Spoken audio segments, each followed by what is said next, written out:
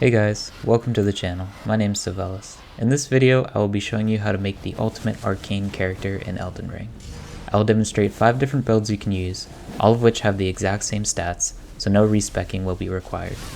These builds are all very different from one another, which will allow you to switch up your playstyle on the single character without getting bored or having to respec or make a new character. Originally, I wasn't going to make this build because many Arcane builds have different optimal stat requirements, but I think I've figured out a stat line that works well for all of the builds in this video. In fact, this Arcane build might be the most powerful build in this series. This build will not have DLC content in it, partially to avoid spoilers, and also to provide a baseline set of builds you can use to beat the core game and enter DLC with plenty of options at your disposal. For this Arcane build, we will be starting out as the hero class, since it has the least number of wasted stats for our build. So what are the stat requirements for these builds? At level 150, we want to have 60 vigor for that big HP bar. 16 mind gives us 100 FP, which allows us to use our buffs, weapon skills, and incantations. 20 endurance gives us enough carry weight to get 51 poise most of the time. 16 strength and 15 dex allow us to meet the weapon requirements of our builds. We leave intelligence at 7. We put 25 points into faith, primarily for buffs, but also it is a secondary stat for our incantation build. Obviously, this is an Arcane build, so we're going to want to put as many points as we can into Arcane, which at this level is 70. FYI, I did end up using a level 167 character in this footage, but I put all the extra points into intelligence, which is completely useless for all of these builds. So for all intents and purposes, this character is level 150. Also, keep in mind that the footage in this video is in New Game Plus, so enemies have increased health and defense. I'm going to explain buffing first, since most of these builds have a similar buffing routine. To buff up, drink your flask, then use the Golden Vow incantation. Finally, use Flame Grant Me Strength. For our first build, we have a very powerful somber arcane weapon, Mohgwyn's Sacred Spear. We have the Dragon Communion Seal and try to get 51 poise. If you want to maximize damage, you can put on the white mask, but for me, fashion comes first. For the talismans, we have the Shard of Alexander, Lord of Blood's Exaltation, Fire Scorpion Charm, and the Dragon Crest Great Shield. In the flask, we have the Flame tier and the Opaline Hard tier. Unbuffed, we are doing around 1700 damage on the first attack, and a full combo kills the giant. Fully buffed, we are doing around 2900 damage on the first attack, and the giant dies halfway through the combo. Generally speaking, you want to hold the skill button to get the full combo and damage. However, you can dodge after the first attack if you need more mobility. This skill does a ton of fire damage and also applies bleed, so the damage on bosses is fantastic. Build number 2 is a very unique poison build that makes use of the Venomous Fang and Rot Breath incantation. We have the Venomous Fang and Occult Affinity with Endure, and the Dragon Communion Seal. Try to get 51 poise. For extra damage, you can wear the Mushroom Crown. For talismans, we have the Kindred of Rot's Exaltation, Millicent's Prosthesis, Rotten Wing Sword Insignia, and Dragon Crest Great Shield Talisman. You can use the Wing Sword Insignia instead of the Rotten Wing Sword Insignia if you're still in your first playthrough. In the flask, we have the Thorny Cracked tier and the Opaline Hard tier. Unbuffed, a full light attack chain does around 4600 damage and applies deadly poison to the giant. Fully buffed, the same combo kills the giant doing over 8000 damage. After buffing, you want to start boss fights by applying Scarlet Rot to the boss with the Rot Breath incantation. Then, two-hand the Poisonous Fang and start spam attacking the boss. You can use Endure to tank hits and continue to attack the boss. Generally speaking, poison happens too slow to matter in this game, but it is still a fun build, and Deadly Poison plus Scarlet Rot is not insignificant. Also, poisoning the boss makes our attacks do more damage, thanks to the Kindred of Rot's Exaltation Talisman, and the Mushroom Crown if you chose to wear that ridiculous looking hat. Build number 3 gives us a ranged option thanks to the Bloodblade Ash of War. We use the Uchi Katana in Occult Affinity with Bloodblade, and the Dragon Communion Seal. For this build, we wear no armor as it increases the effectiveness of the Blue Dancer charm, and we can damage the enemy at a pretty safe range. If you want even more damage, wear the white mask. For talismans, we have the Shard of Alexander, Lord of Blood's Exaltation, Dragon Crest Great Shield, and the Blue Dancer charm, which increases our physical damage based off of how light our equip load is. In the flask, we have the Crimson Burst tier to counteract the self-inflicted damage from Bloodblade, and the Opaline Heart tier.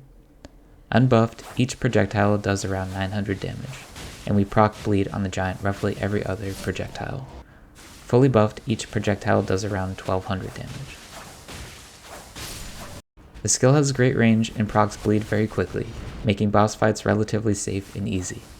The skill does cost a small amount of health each time you start the skill attack combo, but our Crimson Burst Crystal tier offsets that damage well before it becomes a problem.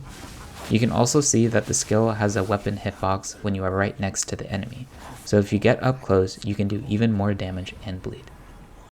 I'm sure many of you are familiar with my curved swords or OP video. For build number 4, we are going to be using 2 Scavenger curved swords in Occult Affinity. Now, you can only get one of these per playthrough, so if you don't have a second Scavenger's curved sword, I recommend using a Bandit's curved sword in Blood Affinity as a replacement. We have the Dragon Communion Seal and try to get 51 poise. For extra damage, you can wear the White Mask and the Raptor's Black Feathers. For talismans, we have the Lord of Blood's Exaltation, Millicent's Prosthesis, Rotten Wind Sword Insignia, or just Winged Sword Insignia if you are still on your first playthrough, and finally the Claw Talisman. In the flask, we have the Thorny Cracked tier and the Opaline Hard tier. If you are using a Bandit's Curved Sword in Blood Affinity, I would recommend swapping the Opaline Hard tier for a Dexterity tier. Unbuffed, each jump attack does around 2,400 damage on the giant. Fully buffed, each jump attack does around 3,000 damage, and procs bleed quicker thanks to Seppuku. After doing the standard buff routine, you want to two-hand your left sword by pressing Y plus L2, then use the skill with L2. Next, undo two-handing the sword by pressing Y R2, then press the skill again with L2 to buff your right-hand weapon. To perform a jump attack, press the jump button, then press L1 to attack with both weapons in the air. Again, we can see here how overpowered curved swords are in Elden Ring. I think this is the only build in the entire series that I was able to kill Godric in Phase 1 before the cutscene triggered. For our final build, we used the Dragon Communion Seal for some great arcane scaling on incantations. Specifically, we will be focusing on Dragon Communion incantations, but really you could cast any incantations with this build. We have the Dragon Communion Seal and the Jellyfish Shield for buffing, and try to get 51 poise. For talismans, we have the Phlox Canvas Talisman, the Roar Medallion, Ritual Sword Talisman, and the final talisman will depend on which spell you are casting. Our default will be the Magic Scorpion Charm for Smaragd's Glintstone Breath, but you will switch to the Fire Scorpion Charm for Agiel's Flame, and the Blue Dancer Charm without any armor equipped for Ezekiel's Decay. In the flask, we have the Faith tier, and the second tier again depends on the incantation. Magic tier for Smaragd's Glintstone Breath, Flame tier for Agiel's Flame, and Opaline Hard tier for Ezekiel's Decay. Unbuffed, Smaragd's Glintstone Breath does around 5,500 damage to the giant. Fully buffed, it does more than enough to kill him in one hit.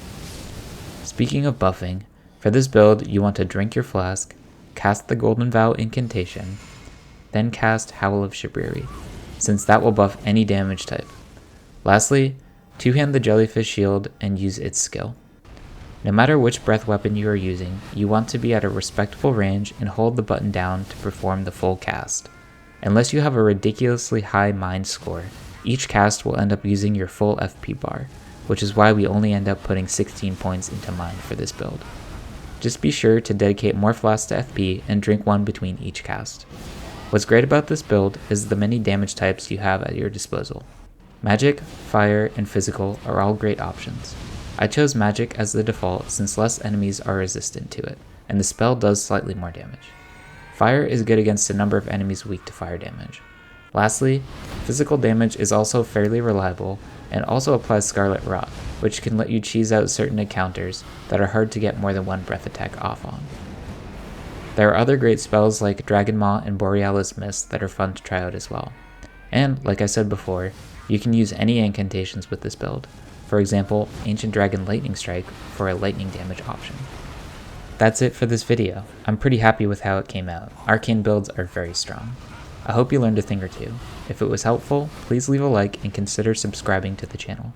If you found this build interesting, you might also like my other Ultimate build videos. If there are any other Elden Ring videos you would like to see, let me know in the comment section below. Thanks everyone, peace.